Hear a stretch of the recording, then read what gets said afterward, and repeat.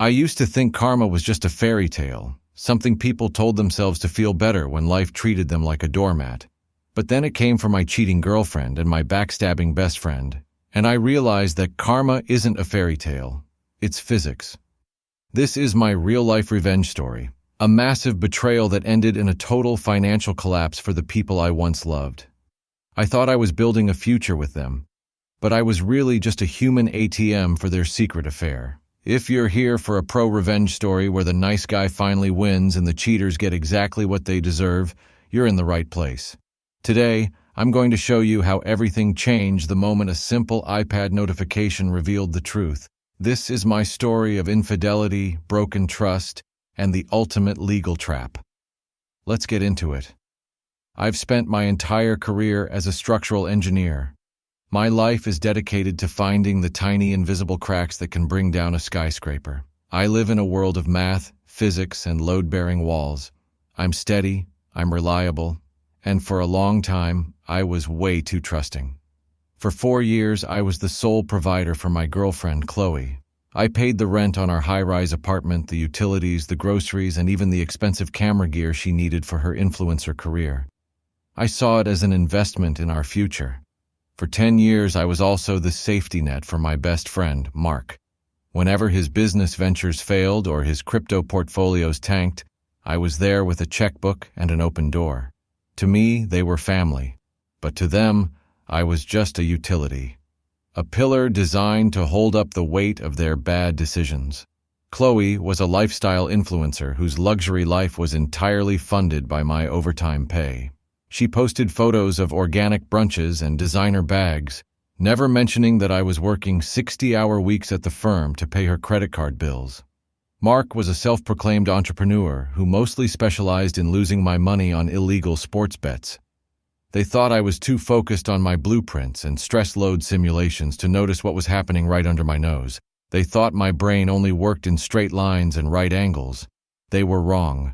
The collapse didn't start with a confrontation or a dramatic phone call. It started with a dying battery on a Tuesday afternoon.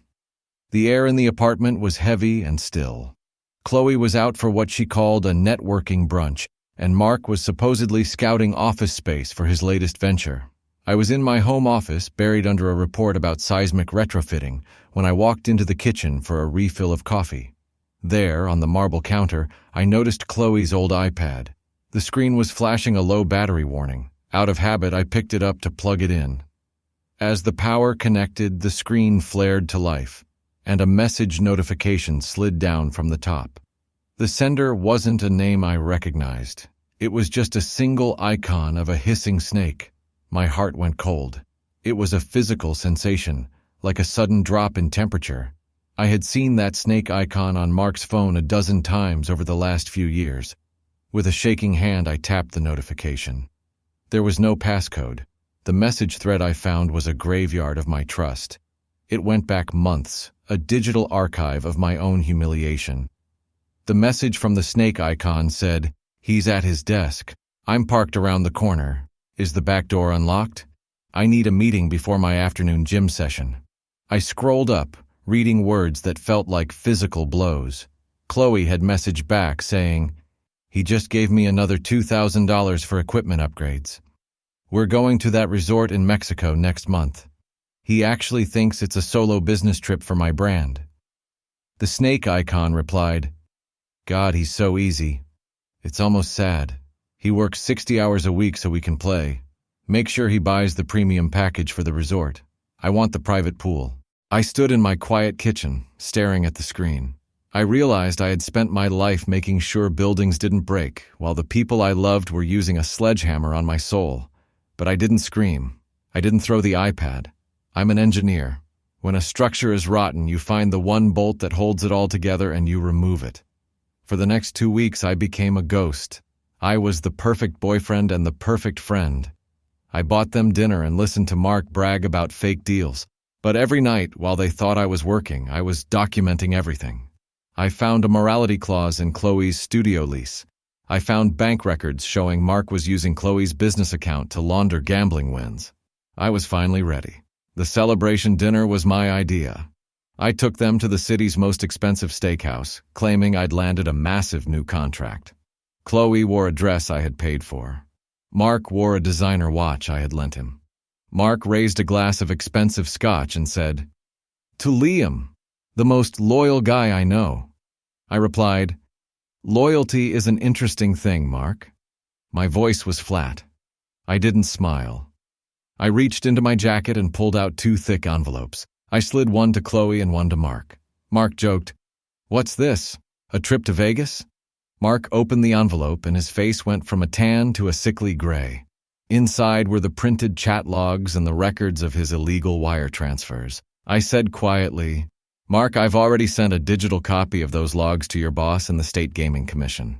They're very interested in how you've been using company servers to place offshore bets." Chloe opened hers and began to shake. She stammered, "Liam, wait, this isn't... We were just joking. It's a joke." I replied, "The joke is over, Chloe. I spoke to your landlord this morning. Since you've been using the studio for Mark's illegal bookkeeping, you've violated the morality clause. The lease is terminated. And since I was the guarantor, I've officially withdrawn my support. You have 48 hours to pay the $12,000 exit fee, or the landlord is suing you personally." Chloe shrieked, "You can't do this. We have nothing. I have no money." The entire restaurant went silent. I stood up and adjusted my tie. I said, "I know, that's why I brought these." I dropped 2 bus passes on the table. I continued, "I've cleared out the apartment. Your things are in a storage unit. I paid for 2 days. After that, it's up to you. Don't bother coming home. The locks were changed an hour ago." I walked out of the restaurant into the cool night air. But the story didn't end there. I hadn't just moved out. I had moved on to a quiet 1-bedroom apartment across town. I had blocked their numbers, but I hadn't blocked their ability to destroy themselves. By the next morning, Mark had found a way to reach me through a burner email. It wasn't an apology. Mark wrote, "You think you're so smart, Liam? I know you accessed Chloe's iPad. That's a privacy violation. If you don't drop the report to the Gaming Commission and pay off Chloe's studio debt, I'm going to the police. I'll tell them you've been hacking us for months. Don't test me." I sat at my small kitchen table, sipping coffee. I didn't panic. I knew that a desperate man is like a cracked pillar. The more pressure you apply, the faster it crumbles. I replied with just 5 words. "Check the storage unit, Mark." Chloe and Mark arrived at the storage facility 2 hours later. They were exhausted, broke, and desperate. They expected to find Chloe's designer clothes and Mark's expensive gym equipment. What they found instead was a legal nightmare.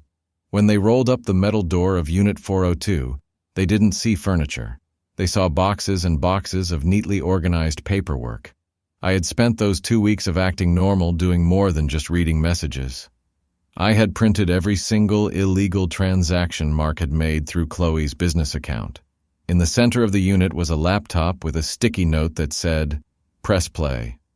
Chloe pressed the button. A video began to play.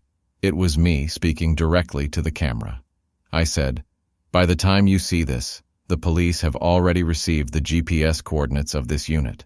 I've handed over the physical evidence of the wire fraud you committed using Chloe's business name. Mark, you didn't just cheat with my girlfriend, you committed a felony." As the video ended, the sound of sirens began to wail in the distance. I had timed it perfectly. I knew Mark would try to blackmail him, and I knew they would go to the storage unit to look for leverage. I had led them straight to the evidence. Chloe turned to Mark, her face twisted in rage. She screamed, "This was your idea! You told me he was too stupid to notice!"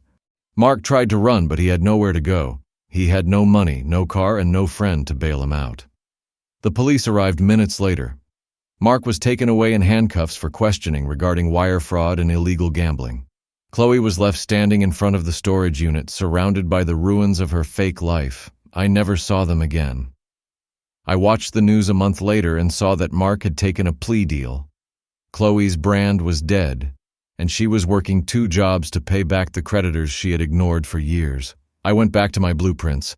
I'm still an engineer, still a man who builds things to last, but now I know exactly how to spot a crack before the whole world comes crashing down.